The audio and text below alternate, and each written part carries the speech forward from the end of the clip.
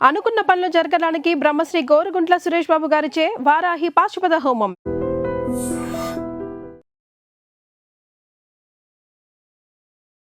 నమస్కారం, welcome to I dream. ధర్మ మార్గం విత్ వెజిత కార్యక్రమానికి స్వాగతం. ప్రస్తుతం మనతో పాటు ఉన్నారు అగస్త్య స్పిరిచువల్ ఆర్గనైజేషన్ వ్యవస్థాపకులు క్రియాయోగి ఆదూరి ఉదయ్ భాస్కర్ గారు. ఇప్పుడు వారితో మాట్లాడదాం. నమస్కారం అండి. నమస్కారం. మనకి ఆషాఢ మాసం వచ్చిందంటే దక్షిణాయన పుణ్యకాలం అనేది ప్రారంభమవుతుంది. ఈ 4 మాసాలు, రాబోతున్న 4 మాసాలు కూడా ఎక్కువగా దేవతారాధనకి సంబంధించిన మాసాలుగా ఇవన్నీ కూడా ఒక దీక్షగా చేసే వాళ్ళు కూడా ఉంటారు. మరి ఎందుకు ఈ 4 నెలలు కూడా అంత పరమ పవిత్రమైన మాసాలు? వాటి గురించి వివరణ ఇవ్వండి. మరి సంవత్సరంలో 2 యానములు అంటారు, ఉత్తరాయణం, దక్షిణాయనం. ఇవి ఎక్కడి నుంచి వచ్చినాయి, ఎలా అనంటే కాలగమనంలో ఈ ఉదయము సాయంత్రం అశ్విని దేవతలు అని ఉంటారు. ఆ అశ్విని దేవతలు ఈ ఉదయాన్ని సాయంత్రాన్ని సృష్టిస్తున్నది ఎవరు? అశ్విని దేవతలు అనమాట. ఆ అశ్విని దేవతలు వ్యక్తావ్యక్త స్వరూపాన్ని, అంటే వ్యక్తంగా ఉన్నదాన్ని అవ్యక్తంలోకి, అవ్యక్తంలో ఉన్నదాన్ని వ్యక్తంలోకి, అంటే రాత్రిని పగలు, పగల్ని రాత్రి. పగలు వ్యక్తము, రాత్రి అవ్యక్తం. అందుకని ఈ రాత్రిని పగలు, ఈ సంవత్సరము, నెలలు, ఈ కాలగమనం ఇవన్నీ కూడా ఈ అశ్విని దేవతల వల్ల ఏర్పడింది అనమాట. అందులో ఇప్పుడు ఈ ఉత్తరాయణం దక్షిణాయనము బయట మనకి తెలుస్తోంది 6 నెలల పాటు ఉత్తరాయణం ఉంటుంది, 6 నెలలు దక్షిణాయనం ఉంటుంది.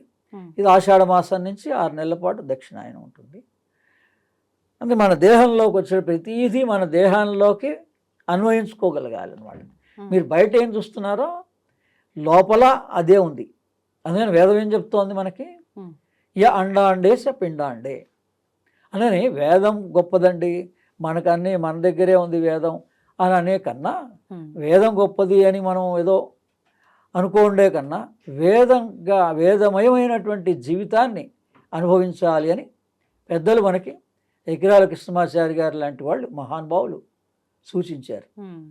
వేదమయ జీవితం, యోగమయ జీవితం, దాన్నే యోగమయ జీవితం కూడా అంటారు. 2 పేర్లు సమానమే. అంటే భగవద్గీత మనకేం చెప్తోంది ప్రామాణికంగా, యోగమయ జీవితాన్ని యోగయుక్తో భవార్జున అని సందేశం. భగవద్గీత సందేశం ఏంటంటే అనేక మంది వాళ్ళకి ఏం సందేశం శ్రీకృష్ణ పరమాత్మ స్ఫురణ కలిగించాడో వాళ్ళది చెప్తారు. అలాగే ఒకటి మా గురువు గారి ద్వారా నాకు అందినటువంటిది ఏంటంటే యోగయుక్తో భవార్జున. అంటే ఎప్పుడైనా గురువు శిష్యుడు, అడిగేవాళ్ళు శిష్యుడు, చెప్పేవాళ్ళు గురువు. చెప్పేవాడు శ్రీకృష్ణ పరమాత్మ, అడిగేవాడు అర్జునుడు అనమాట. అక్కడ జెండర్ ఏం లేదు. అదే అలా మనకేంటంటే ఈ దక్షిణాయనం మన దేహంలోని కింది భాగం దక్షిణాయనం, హృదయం మధ్యం. ఈ హృదయానికి కింద ఉన్నది దక్షిణాయనం, హృదయానికి పై ఉన్నది ఉత్తరాయణం. అందుకని ప్రతి మానవుడు కూడా తమ జీవితకాలంలో ఈ 2 యానాలని పూర్తి చేయాలి. మనం ప్రస్తుతం ఈ కింద 3 నిమగ్నమైపోయి ఉన్నాం, రాగద్వేషాల్లో, లేదా ఈ మూలాధార స్వాధిష్టాన మణిపురాల్లోనే ఉండేటువంటి ఈ ప్రాబ్లమ్స్లోనే ఇరుక్కుపోయి ఉన్నాం. ఇందు నుంచి బయటపడటలేదు. మనం ఎవరో తెలుసుకోగలిగితే హృదయంలో ఉంటామండి.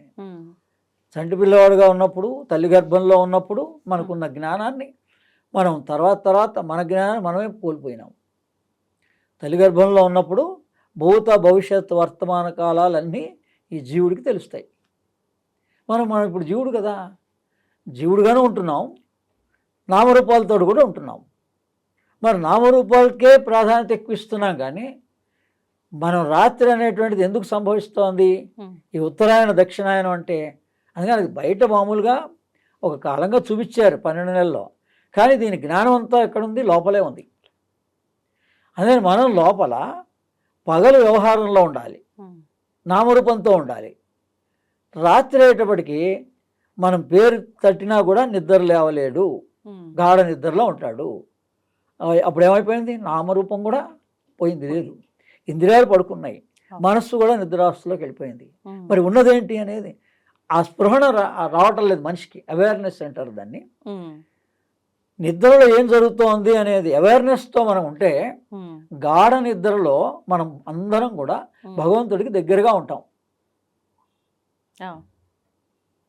ఈ దక్షిణాయనంలో తొలి ఏకాదశి నుంచి ఆరంభం అవుతుంది పండగలు కానీ అన్నీ దీక్షలు కూడా. ఎందుకు? మనం ఒక ఏకాదశి నార్త్ ఇండియాలో సాంప్రదాయం, మనకు కొద్దిగా తక్కువ కానీ వాళ్ళు ఖచ్చితంగా పాటిస్తారు. ప్రతి కుటుంబంలో కూడా ఏకాదశి ప్రతి నెలలో 2 ఏకాదశులు పాటిస్తారు. ఏకాదశి అంటే అర్థం 11. 10 దశ ఇంద్రియాలు, ఈ ఇంద్రియాలు నడుపుతున్నటువంటి మనస్సు. మీ మనస్సు మీకు నియంత్రణలో ఉండడం కోసం ఆ ఏకాదశిని పాటిస్తాం. ఉపవాసము దగ్గరగా ఉన్నది. అంటే దగ్గరగా, వాసం అంటే ఉన్నది. మనలో ఏది దగ్గరగా ఉంది? భగవంతుడే మనకి దగ్గరలో హృదయంలో ఉన్నాడండి. అందుకని దీన్ని తెలుసుకోవడం కోసం మనం బయట ఉపవాసంగా ఓ భక్తిగా ఆచరిస్తాం ఈ కార్యక్రమాలన్నీ కూడా, ఈ దీక్షలన్నీ కూడా. ఈ 4 నెలల దీక్ష సన్యాసాశ్రమం వాళ్ళు అయితే 4 నెలలు పాటిస్తారు. ఇప్పుడు ప్రస్తుతం 2 నెలలు పాటిస్తున్నారు అందరూ. మరి మామూలు వాళ్ళు కనీసం సంవత్సరంలో 15 రోజులో, ఒక నెల రోజులో వీడు కూడా దీక్షగా, మరి ఇప్పుడు అయ్యప్ప దీక్ష అంటే ఒక 21 రోజులో 45 రోజులో ఆచరిస్తున్నారు కదా. అలా మనిషి అనేటువంటి వాడు ఎందుకు దీక్ష వహించాలి? నిన్ను నువ్వు తెలుసుకోవడం కోసం. నీ కష్టం అనేది ఎందుకు నీకే కష్టంగా తోస్తోంది? అందరికీ లేని కష్టం నాకే వచ్చిందండి అని మనం బాధపడతాం. మనకే ఎందుకు వచ్చింది? దాని మీదే ప్రశ్నించుకోండి. కష్టం ఎందుకు వచ్చిందో ప్రశ్నించుకోండి. అనారోగ్యం ఎందుకు వచ్చిందో ప్రశ్నించుకోండి. చివరికి మీ ప్రశ్న ఎక్కడికి వెళ్తుంది? హృదయం దగ్గరికి వెళ్తుంది. నాకే ఎందుకు వచ్చింది? నేనెవరిని? జీవుడిని. జీవుడికి లేవు ఇవన్నీ, మనకే ఉన్నాయి. నామరూపంగా ఉన్న ఈ మనసుకే ఇవన్నీ ఉన్నాయి.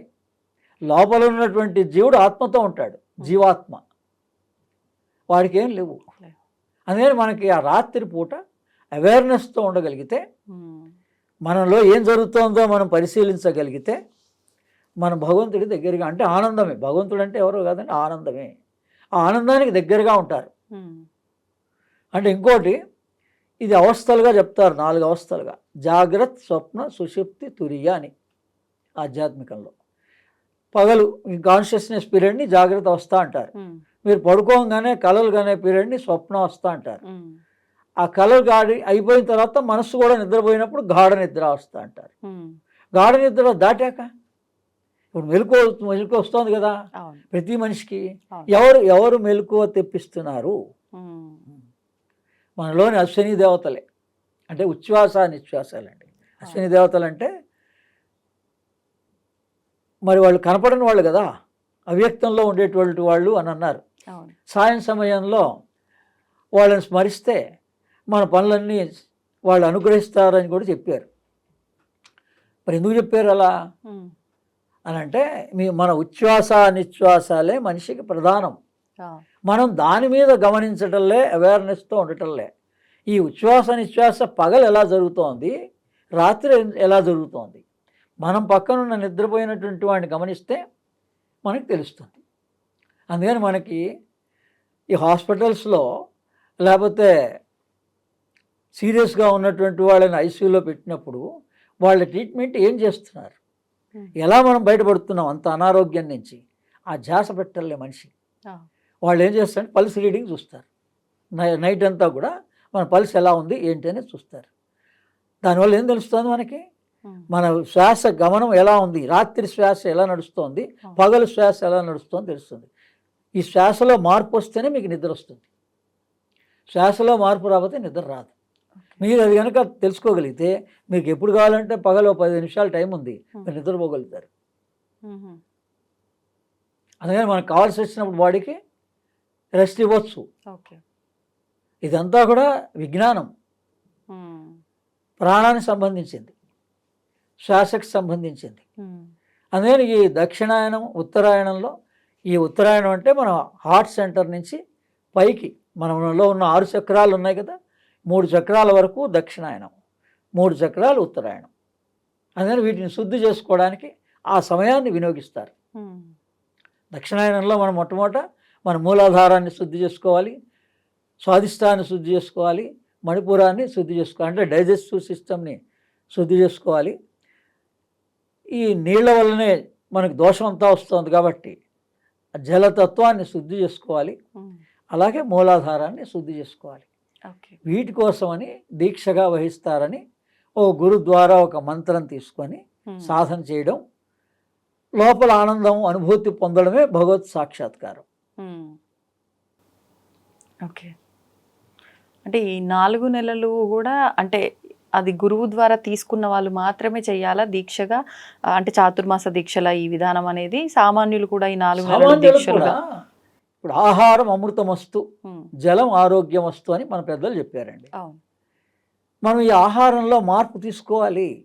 మనకి ఎందుకు అనారోగ్యం వస్తుంది అంటే ఈ వేసవి కాలంలో ఏదైతే పదార్థాలు తీసుకుంటున్నామో ఈజీగా డైజెస్ట్ అయిపోతుందో ఆ వేడికి, సేమ్ అదే పదార్థాలను కంటిన్యూ చేస్తున్నారు వర్షాకాలంలో కూడా. మరి ఆహారంలో మార్పు తెచ్చుకోవటం లేదు. అందుకని ఒక్కసారిగా మనం మార్పు తెచ్చుకోలేమని ఈ నియమాలు పెట్టారు వాళ్ళు. కనీసం నువ్వు ఏదో ఒక దీక్షగా నియమంగా ఉంటే నువ్వు ఈ ఆహార నియమం పాటిస్తావు అని మొట్టమొదట. అలాగే జలం, వర్షాలు వస్తాయి, ఒక్కసారిగా వాటర్ పొల్యూషన్ ఉంటుంది, అందుకని నువ్వు దాన్ని కనీసం వేడి నీళ్ళు తాగు. ఇలా జలం గురించిన నియమాలు పాటిస్తామని చెప్పి ఈ ఆహారము జలమే ప్రధానమైన అంశాలు.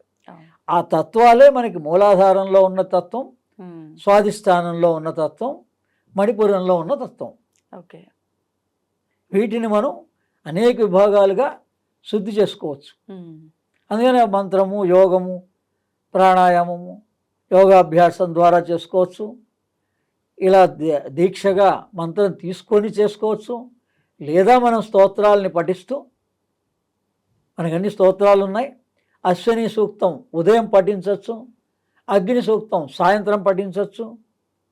ఈ జల సూక్తం, ఈ 3 మనిషి అనేటువంటి వాడు గురు ద్వారా కానీ మామూలుగా కానీ మనం ఈ భగవంతుని ఎలా స్తుతించాలి అంటే వాళ్ళు అందించారు, ఋషులు అందించారు, వ్యాసుల వారు అందించారు మనకి. ఈ అశ్విని సూక్తాన్ని, అగ్ని సూక్తాన్ని, జల సూక్తాన్ని కనీసం ఈ 3 తెలిసినా కూడా వేసవి కాలం ఉంది, జల సూక్తం పఠిస్తే మనకు ఆ టెంపరేచర్ నుంచి మనం రక్షించబడతాం. అలాగే రాబోయే చలికాలం ఉంది, అగ్ని సూక్తాన్ని పఠిస్తే మనలో ఉన్న అగ్ని మెయింటైన్ అవుతుంది, బ్యాలెన్స్ అవుతుంది. అందుకని ఇది విద్యగా పొందవలసినటువంటి, గురు ద్వారా పొందగలిసినవి. మామూలు చదువుకోవచ్చు, మీరు ప్రాక్టీస్ చేసిన తర్వాత అయినా మీరు చదువుతూ ఉంటే గురువే మీ దగ్గరికి వస్తారు.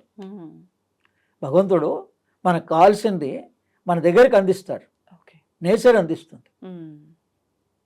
సంతోషం అండి, ధన్యవాదాలు.